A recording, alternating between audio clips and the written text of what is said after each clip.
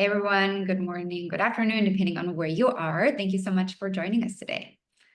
Let me give people just another second here to join in.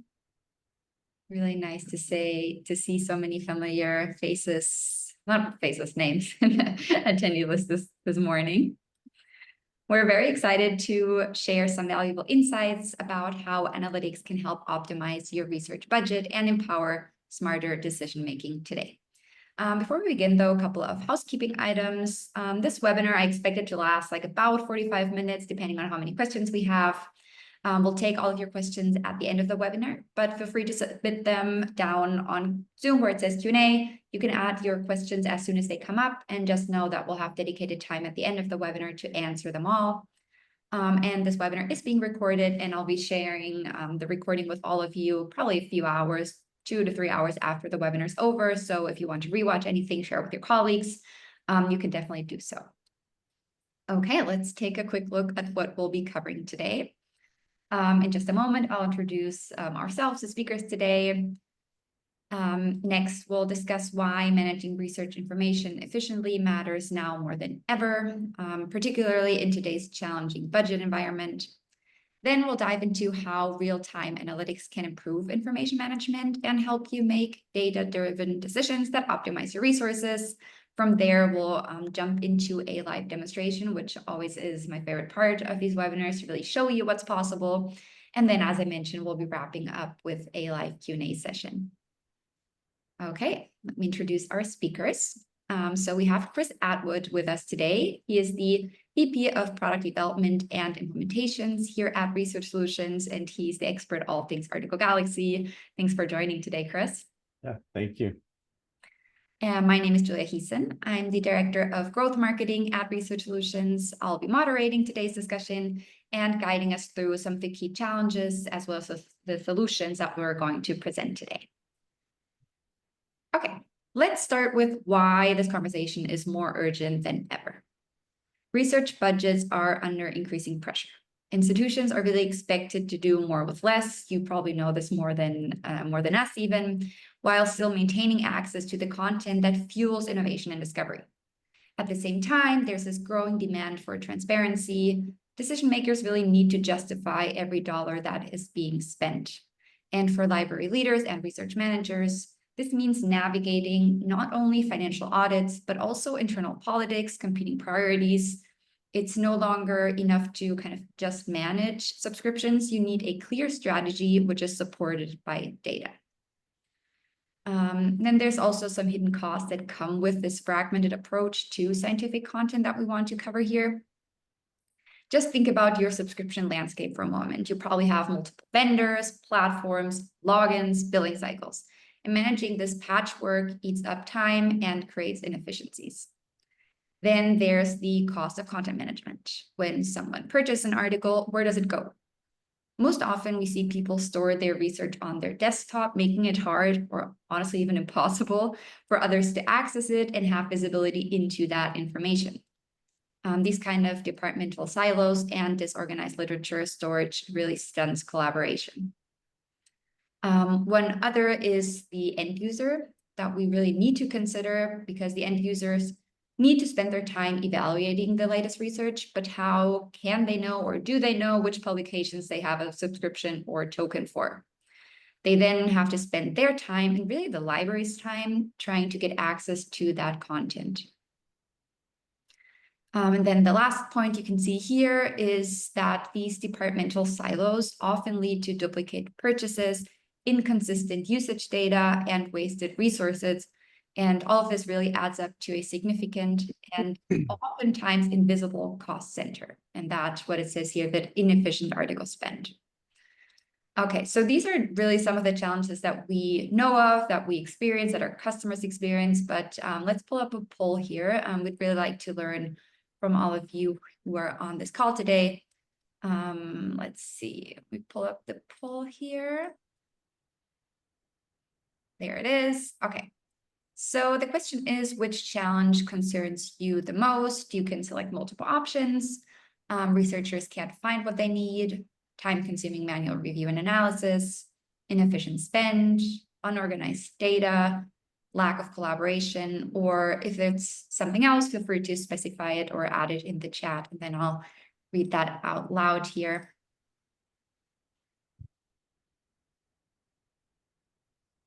Okay, let's give people just another moment here.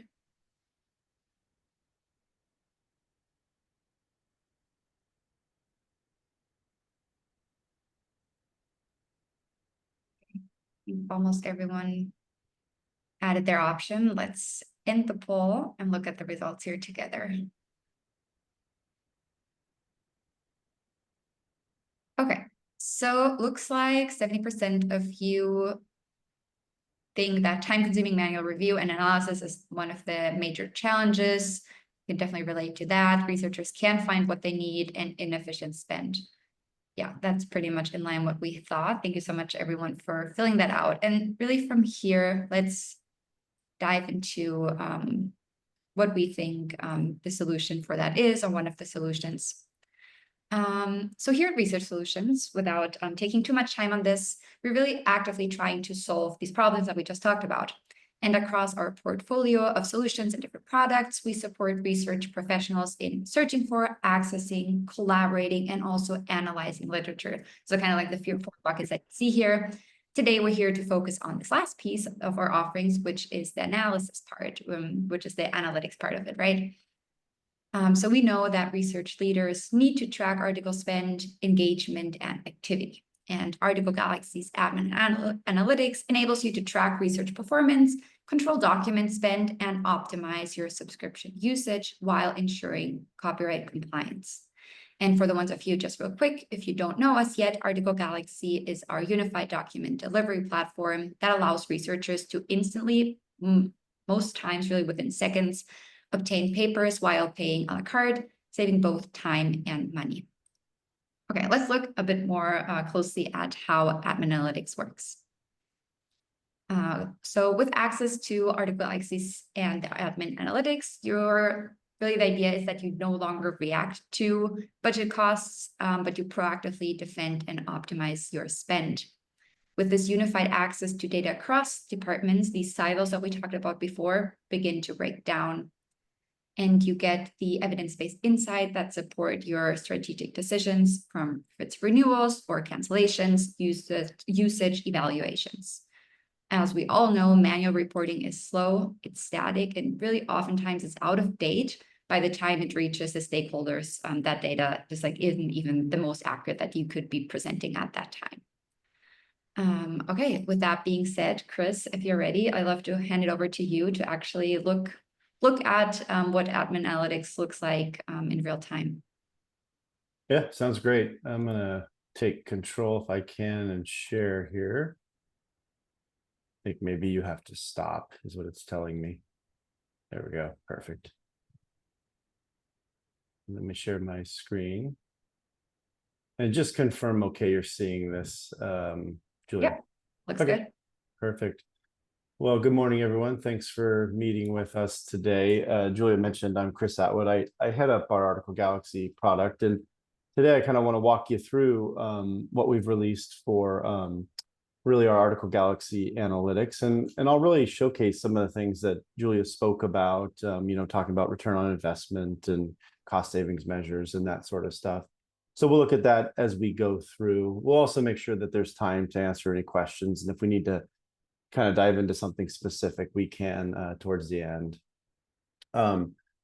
So we built admin analytics really based on all of your feedback or customer feedback. So we met with a variety of customers, we gained insights, we listened to the things that mattered, and we built this first version. I'll talk about what's coming and some of the things we intend to do, but we built this really designed around things that matter to you all.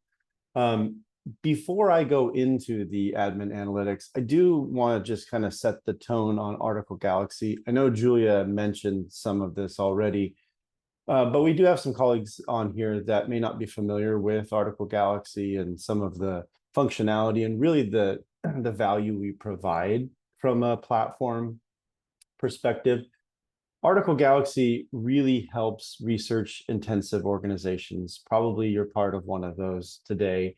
And it helps those organizations discover, acquire, and manage scientific literature in a really seamless, unified, cost-effective way. So what we're really doing is we're helping organizations like yourself discover that literature and obtain the things that are needed at the lowest cost possible. So ensuring we're looking at things like, do you already own that PDF? Is it open access? Do you have a subscription? Or if you're familiar with tokens, do you have tokens? So that's really what Article Galaxy is doing.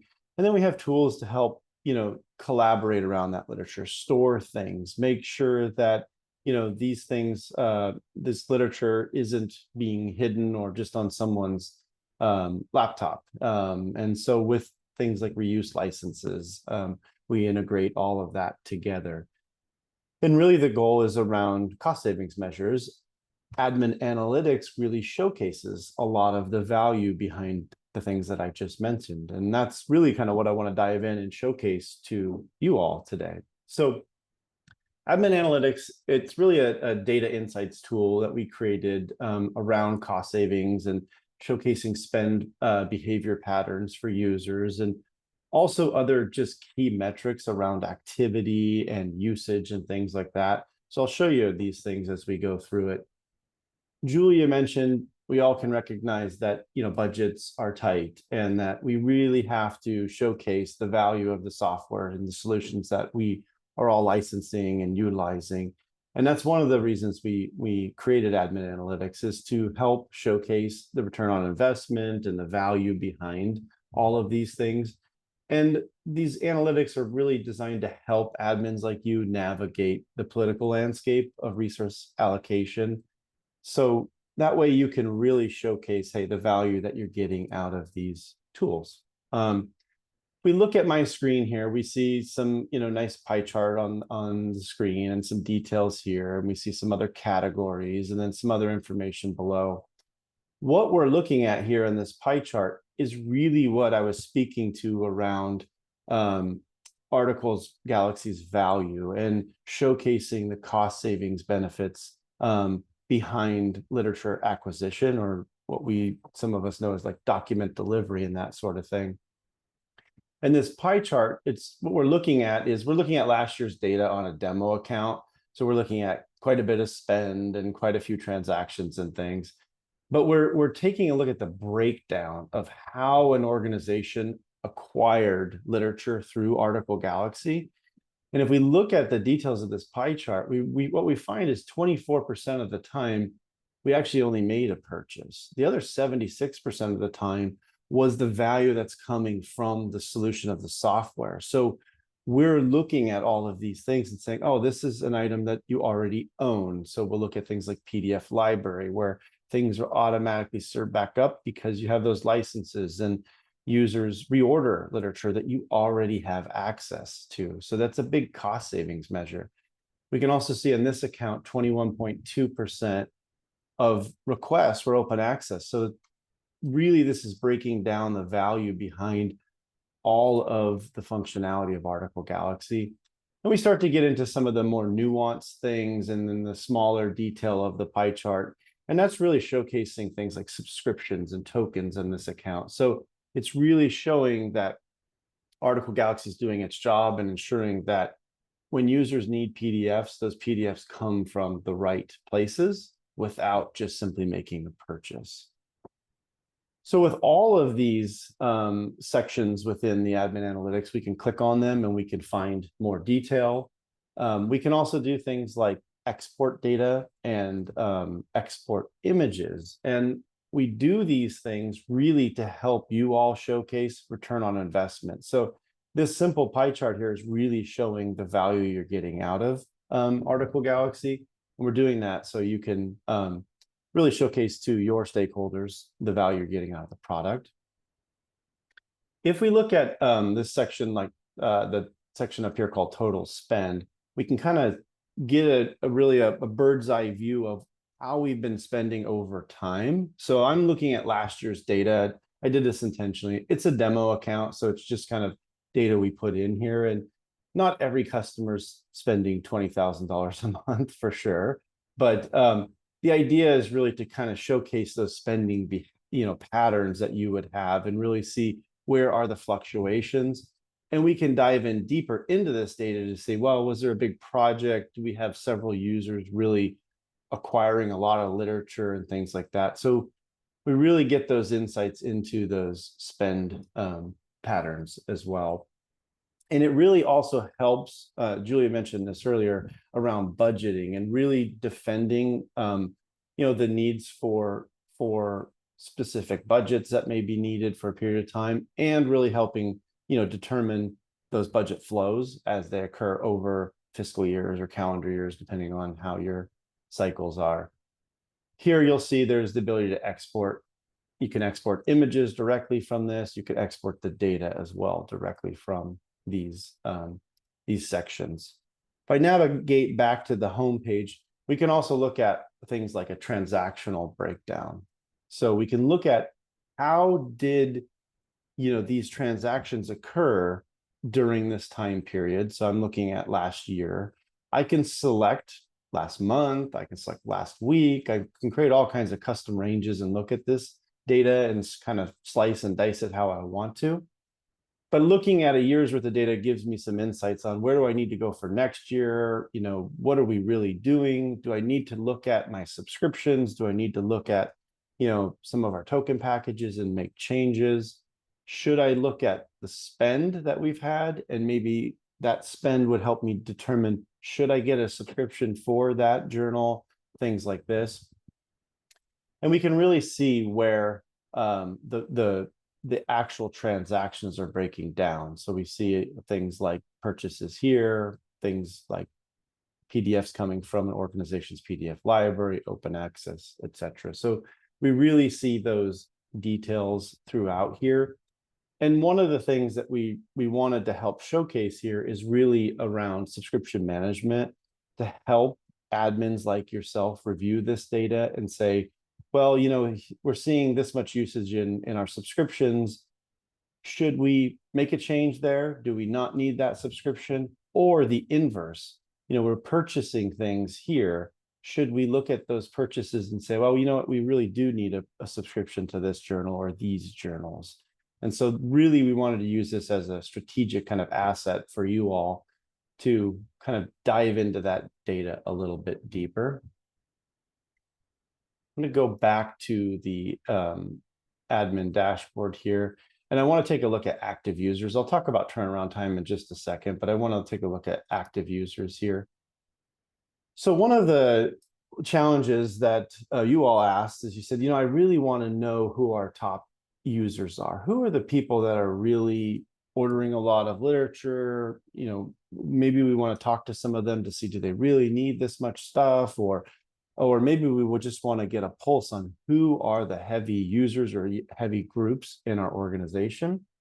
And so what we did is we created this this reporting here, and you can see these are all just demo users, but you can see the breakdown. And so this first user here, over the course of a year, had ordered, coincidentally, 1,111 orders or transactions or PDFs, you can think of it. But what we also did is we broke down the types of transactions, because the reality for this user is there were only 401 purchases. Everything else was just part of what the software does. So it's finding things that are in the PDF library, or things that are open access or part of subscriptions. So this user did happen to make the most purchases, but you can see that it's really only like 35% of those total transactions. And then when you look at user number 2, what you find is they did order a lot of articles. They did acquire a lot, but they made very, very few purchases. They actually were able to find the literature they needed through open access or PDF library, things like that directly. So you really get a good breakdown of who those users are and who's kind of doing what in here. With all of these reports, you can export and pull data and or pull just the images directly, because I know often you want to present that information to, could be stakeholders or maybe your boss or something like that. So you get kind of a breakdown of that active user data and some of the details behind all of that. Turnaround time is also a metric that I won't click on this one. It takes a little while to run that data and pull that information back, but it really helps you get a sense of how quickly we're delivering literature to your users in your organization. One of the things that I often get asked by people like yourselves or even users is, what's in your catalog? What do you guys have access to? And I mean, ultimately, we really have access to all the world's literature. That's really what we do.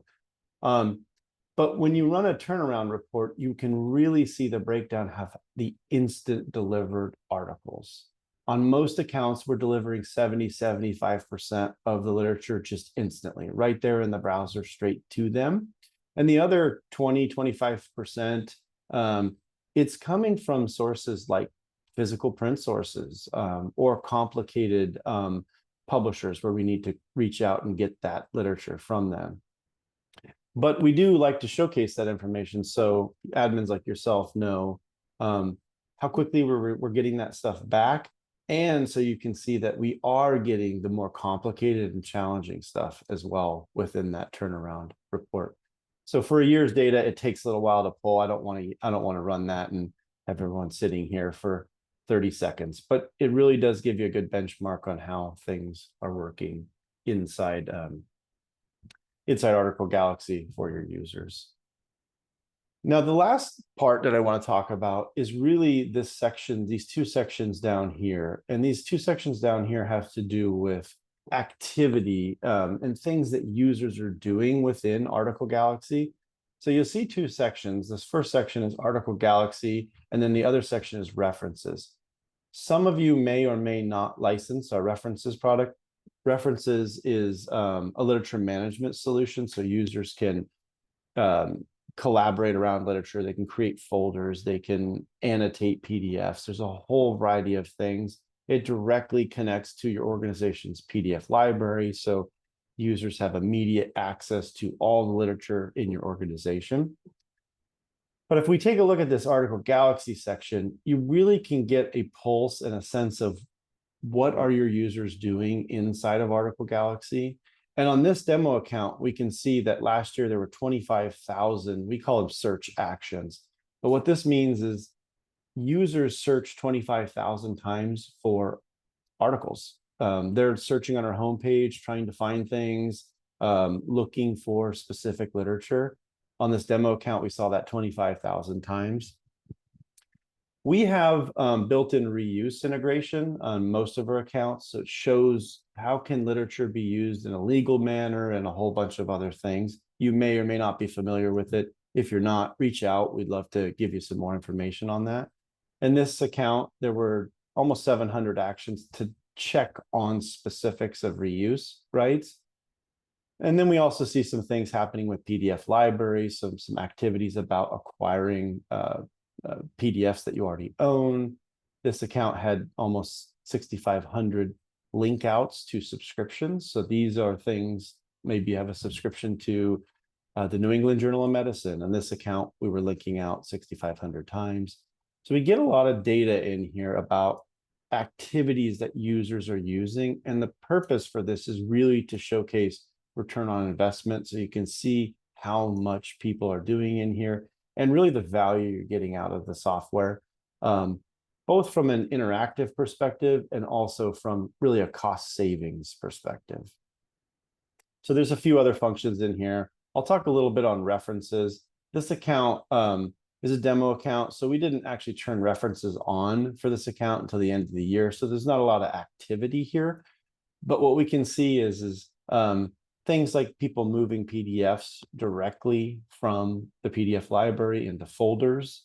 We can see that there were some organizational actions, so moving literature into folders, creating folders, things like this. And then also importing things. With references, you can drag and drop PDFs, you can drag and drop RAS files. On this demo account, there was quite a bit of activity around bringing literature or bringing metadata into folders and into places where users organize literature. So we get a good benchmark on things that are happening from a global perspective of accounts. And as I mentioned, all this stuff can be exported and, used to create slide decks and things like this for stakeholders and that sort of thing. So this really gives you some information on what we've come out with related to Article Galaxy and our admin analytics platform.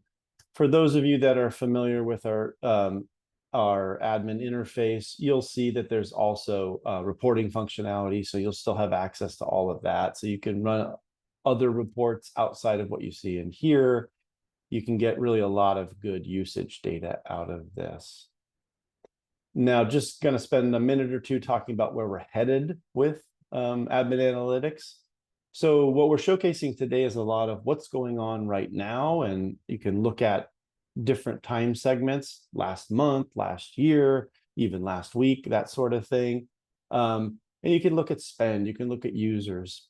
Where we're headed is more comparative. So we want to look at how did you spend this year versus last year? Who were your heavy users this month versus last month? So we're going to do more work around comparing those things and really helping you understand what's happening, over time and in comparison to things. We're also going to be providing deeper metrics into the activity of Article Galaxy and references.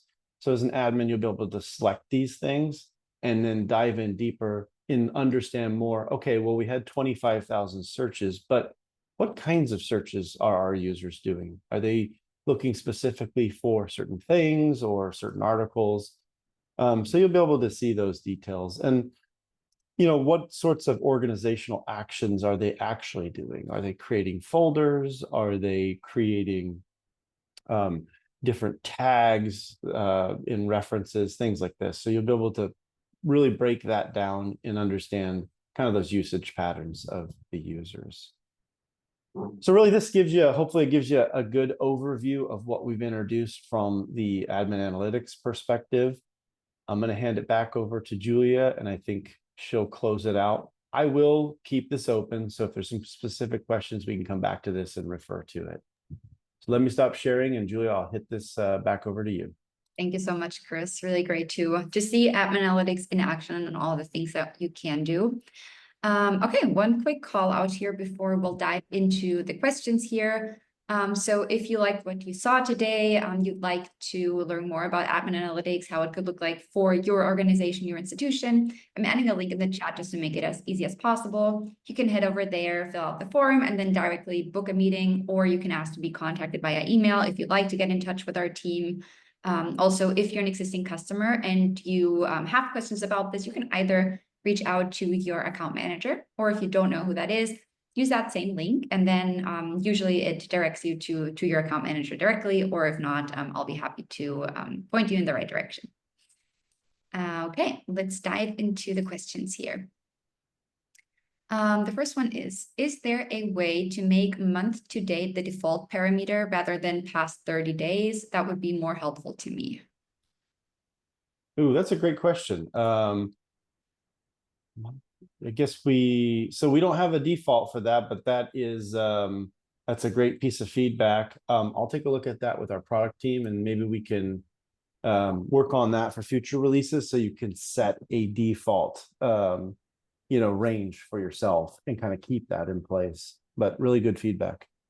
Awesome. Thanks, Chris. Yeah, great question.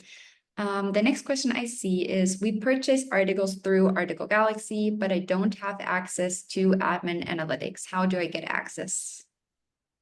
That's a great question. If you license Article Galaxy platform, you should have access to it. We do have some accounts that are what we refer to as like a transaction only. So maybe you're in that category. But if you license Article Galaxy in the platform, you should have access. So reach out to us, and maybe Julia, we have a contact information there, and we can even reach out and find out more. It should be on by default for our account. So if you're not seeing it, maybe there's just a problem there, but we can fix it. Yeah, feel free to send me your email address, and then we'll be in touch there. Okay. In the past, I've exported an Excel file with all the activity and purchase details. Is that still available? That's a great question, and the answer is yes. There's some reporting available directly in the UIs and the images that I showcased, but we have all of our core reporting also continuing to be available. So you can export. We call things like data dumps. You can look at huge amounts of data, specific user details, all of that. It's all still available.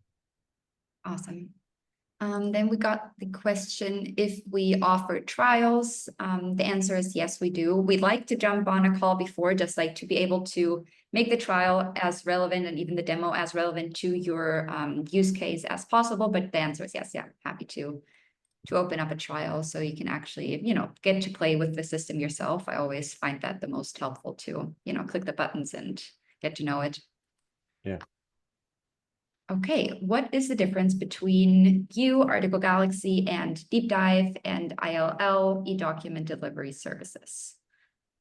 That's a great question, and there are a lot of differences. I can start with like ILL, for example. So if you're an academic, you know that ILL can be slower. I would say over the years it has gotten much faster. But a lot of times with ILL, there's lack of compliance. It's more or less, hey, can you do this for me? And there's a lot of limitations if you're familiar with ILL, interlibrary lending or interlibrary loan.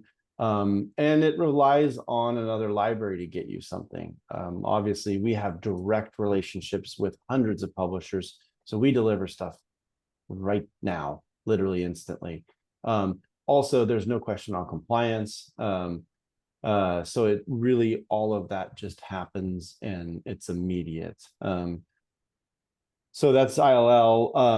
Someone like Deep Dive, they provide primarily rentals of literature and that sort of thing. There's definitely some uniqueness that they offer there. They don't really handle the scope that we do either. They don't have the publisher agreements, from my understanding. Really, it's just a different model. It's like kind of renting versus owning. And for many of you, you have to own that literature. You really need that PDF.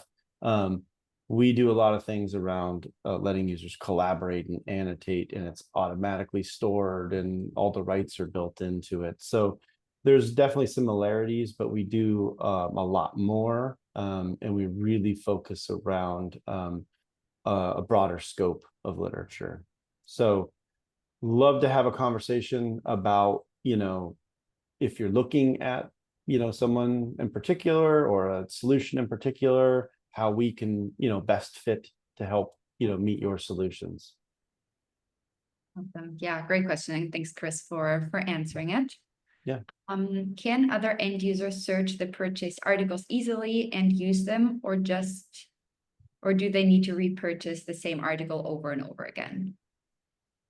Yeah, that's a great question as well. And compliance and reuse and all that sort of stuff is really part of the core of what we do here. And you probably saw me showcasing things like in my PDF library, and so there's a lot of moving parts to that. But the answer is yes. A user can search and find things that are already owned. It's very seamless. The system does it automatically, and it's automatically looking at, do you have the rights to reuse it? Is this okay for this purpose? All this sort of stuff.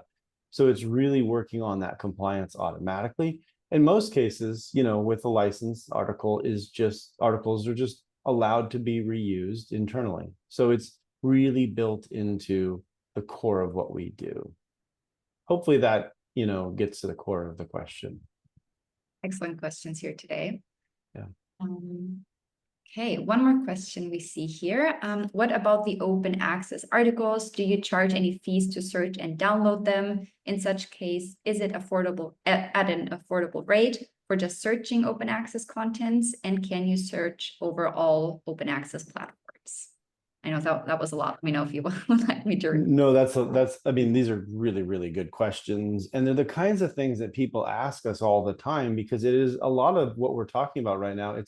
It's the value of Article Galaxy. It's things like, I already own this, why should I pay for it again, kind of thing. And that's what, licenses do. And it's open access, shouldn't I just be able to access that without a cost? And the answer is yes. And that's what Article Galaxy does, is we look at the publications of the world and say, oh, is this an open access article? Yes, it is.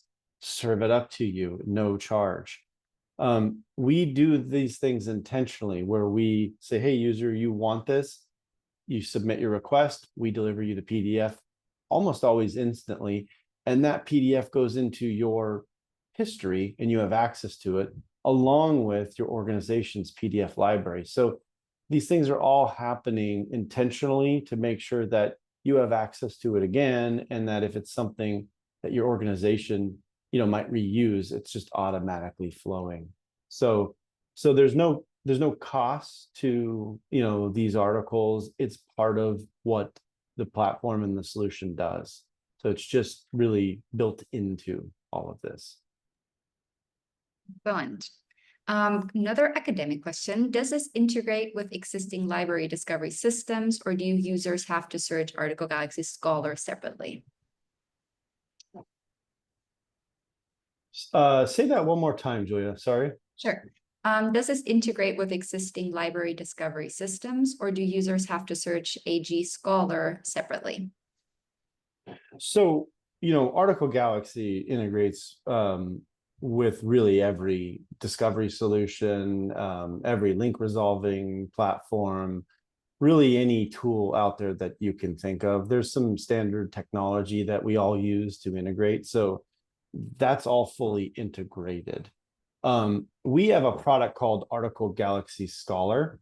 I'm not sure about the users that are on this call right now. Some might be academic, and that Article Galaxy Scholar product also integrates with discovery environments and link resolvers, et cetera, et cetera. So all of that just works together. It's designed to work together.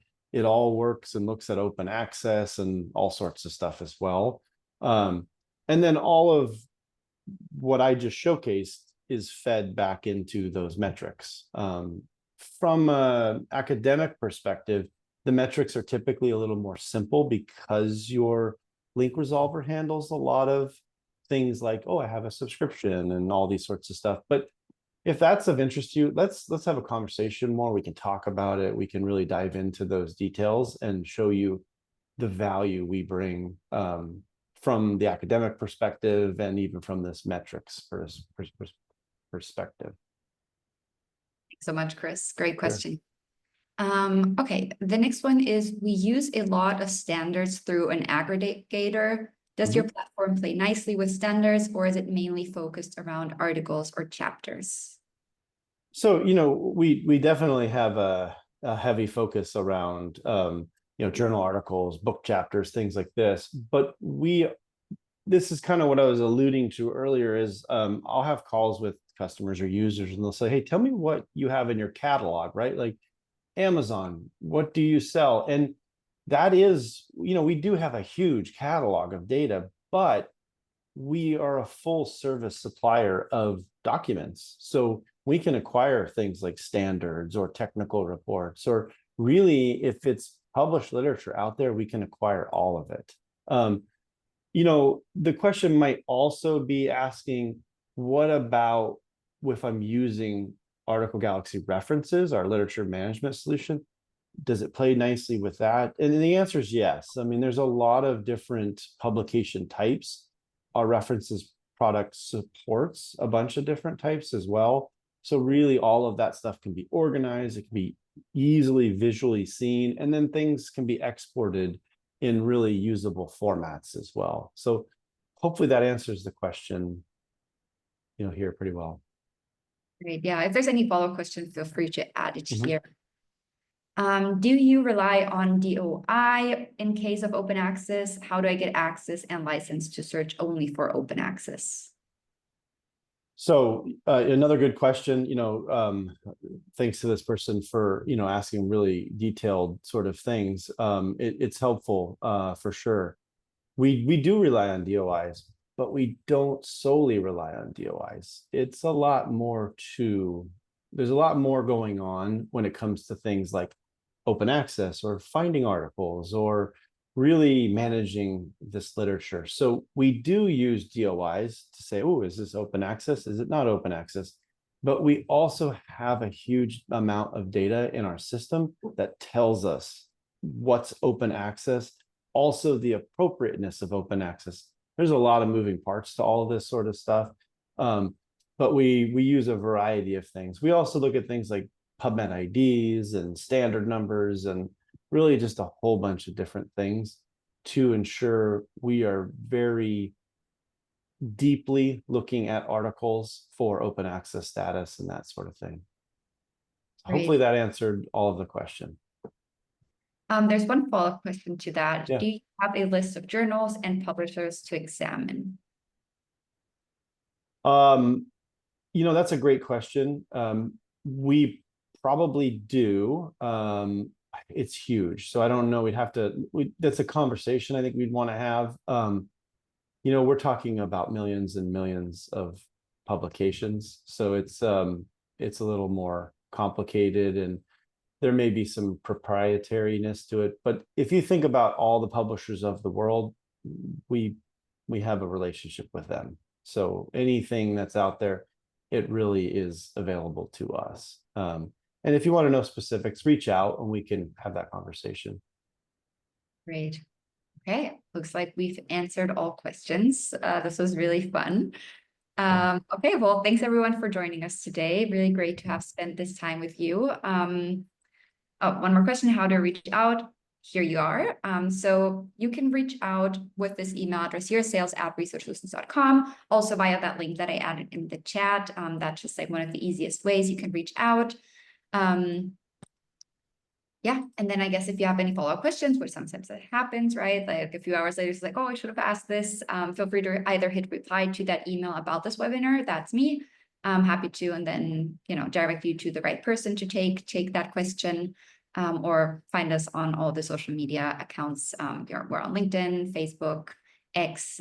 So feel free to reach out really wherever it's easiest for you. And as I mentioned, I will be sending out the recording. Also, again, that email address where you can reply to again.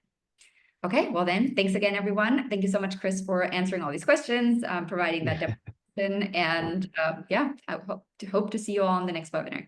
Yeah, great questions. Thanks everybody for taking the time. Thanks, Julia.